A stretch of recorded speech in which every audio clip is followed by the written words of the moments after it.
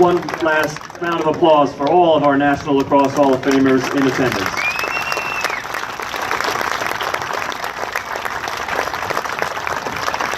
Now it's my pleasure to turn the microphone over to US Lacrosse CEO Steve Stenerson.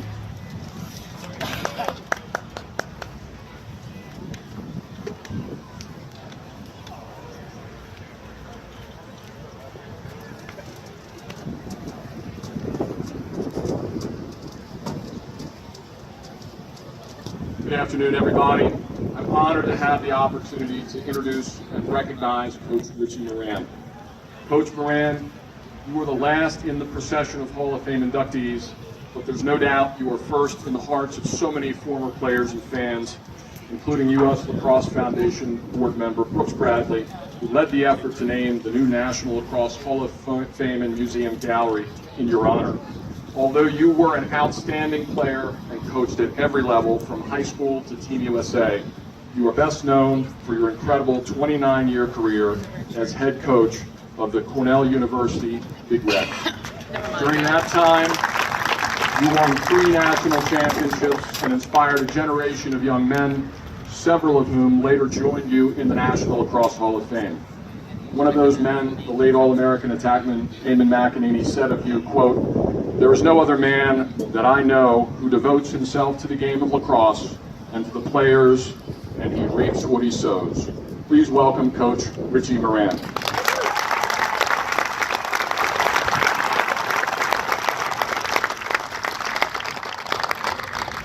Ladies and gentlemen, please join me in welcoming and thanking our military service personnel, all the firemen, all the policemen. Could they all please stand up?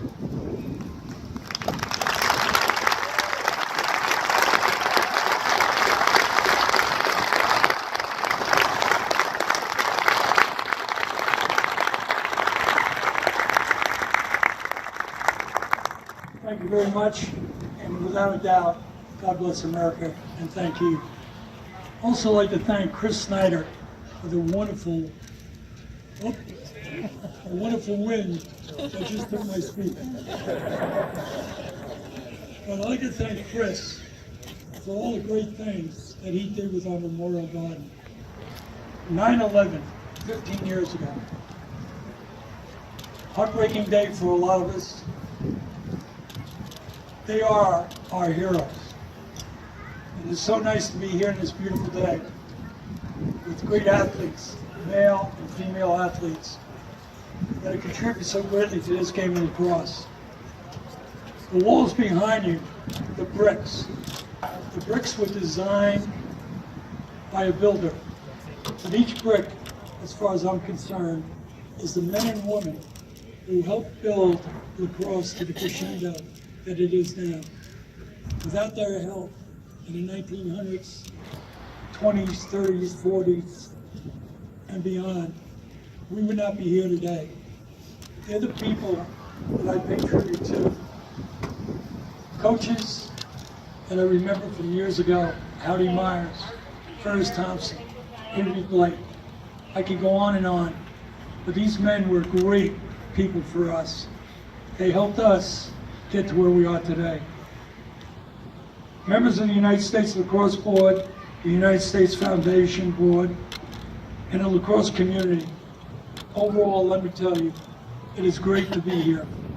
That has been a slogan that we've used in the lacrosse locker room at Cornell ever since 1968. And I'm delighted that we can carry that to you all today. What a day, and what a wonderful honor to have the United States Lacrosse Hall of Fame and Museum Gallery named in my honor. To receive this honor, to receive this naming honor, opportunity at the sports national headquarters at one day be our US Olympic Training Center for our sport. It is truly beyond any of my expectations. It's been my pleasure and privilege to spend my days working in my life's passion. And this naming recognition is humbling. To have my name stand in connection with the Hall of Fame Museum and Gallery that will continually pay tribute to the deep and rich history of our sport and our most accomplished athletes. This is tremendous. To know that visitors will stop and reflect upon the uniqueness of our culture and learn how our sport has evolved, born from the Native Americans and offered to us as a creator's game. Yes, I am proud, so very proud. This is a history to be cherished and preserved. But I'm also proud of the people who allowed to have me have this honor. I had the great opportunity to coach the man that is standing about midfield. And if he could raise his right hand, I will induct him into the United States military. But Brooks Bradley played for me in 1970s. He was a member of the first NCAA championship team and graduated in the class of 1973. And while he was born and raised in Baltimore and attended the Gilman School, he played football and baseball. When he came to Cornell, he made a great decision. He decided to play freshman lacrosse. He had never played lacrosse before, but with his athleticism and determination that has served him well in life, Brooks soon became one of my starting defensemen and an All-American. I firmly believe in walk-ons. Hopefully today, the college coaches will still allow walk-ons to come out for their squad. Brooks has led this effort to see that my name is carried here at the United States Lacrosse headquarters. And I'm grateful for his tireless efforts on my behalf and for his generosity in my honor. Like so many of the men I had the opportunity to coach, Brooks has a wonderful heart, and he chose to lead this effort is a gift I can never repay. And to know that so many people stepped up to be part of this effort is truly beyond my imagination. While I wish I could take the time to stop and thank you all, you must trust how grateful I am and how much I love you. Journeys are very interesting. I was very blessed. My parents came from Ireland in the 1900s. I was the last of 8 children. I grew up on Long Island and played at Salonica High School. My coach was the legendary Hall of Famer, Mr. Bill Rich. He built a foundation that helped me and many other players be a missionary for the game of lacrosse. Through his efforts and contacts, I was able to go to the University of Maryland and play for Hall of Famers Jack Faber and Al Hagee. In my junior year, I lost my dad. When I came back after his funeral, I was met at the airport by Jack Faber and Al Hagee. I still get very emotional thinking about that day. They took me in like I was one of their sons. Here I was, a northerner, far away from home, and lost the love of my life. These two wonderful men, along with Bill Rich, inspired me to get back to this great game of lacrosse.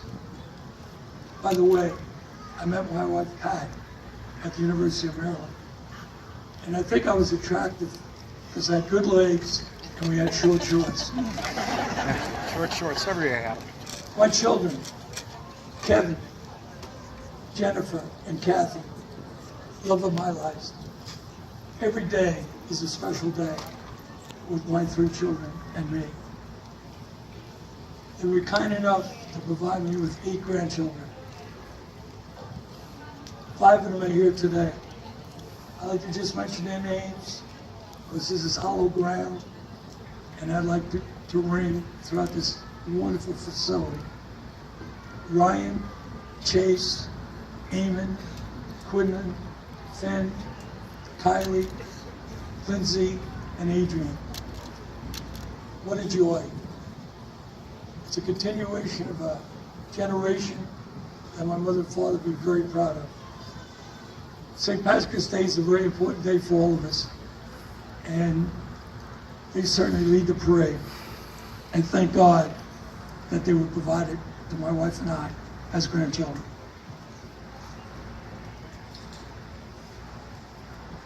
I did tell somebody that I wanted my address to be less than a Gettysburg Address.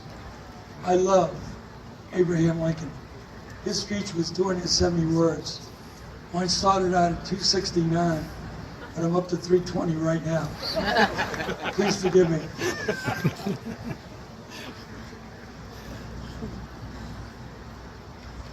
For myself and my family who stand with me today, I extend our deepest and most heartfelt gratitude.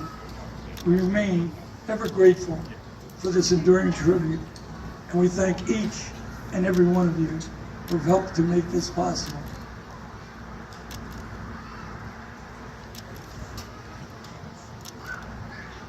God bless America. God bless the tragedy of 9/11. In the Marine Corps, there's a motto that says Semper Fidelis, and that means always faithful.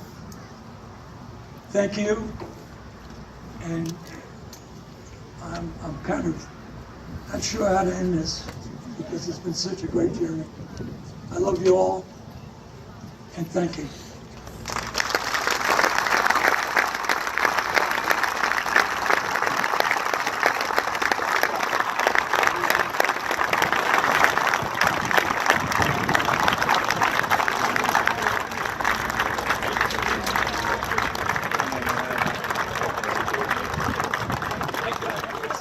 At this time, ladies and gentlemen, please rise, direct your attention to the flag, and join me in welcoming Sue Matthews for her rendition of God Bless America.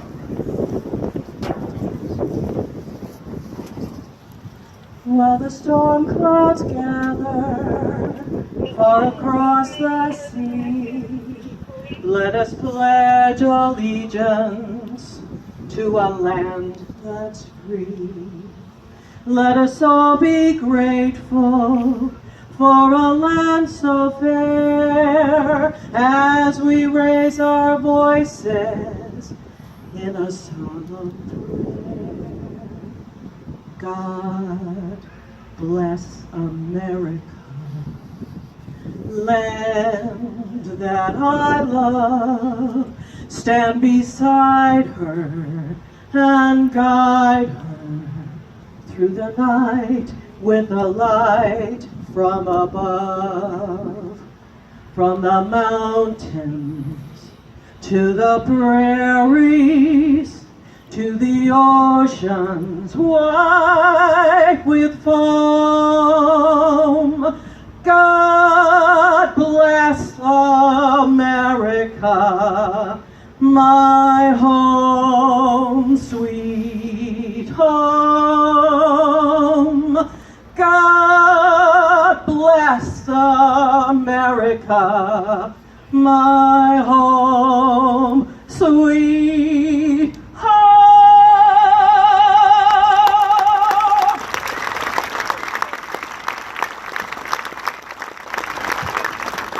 Thank you very much.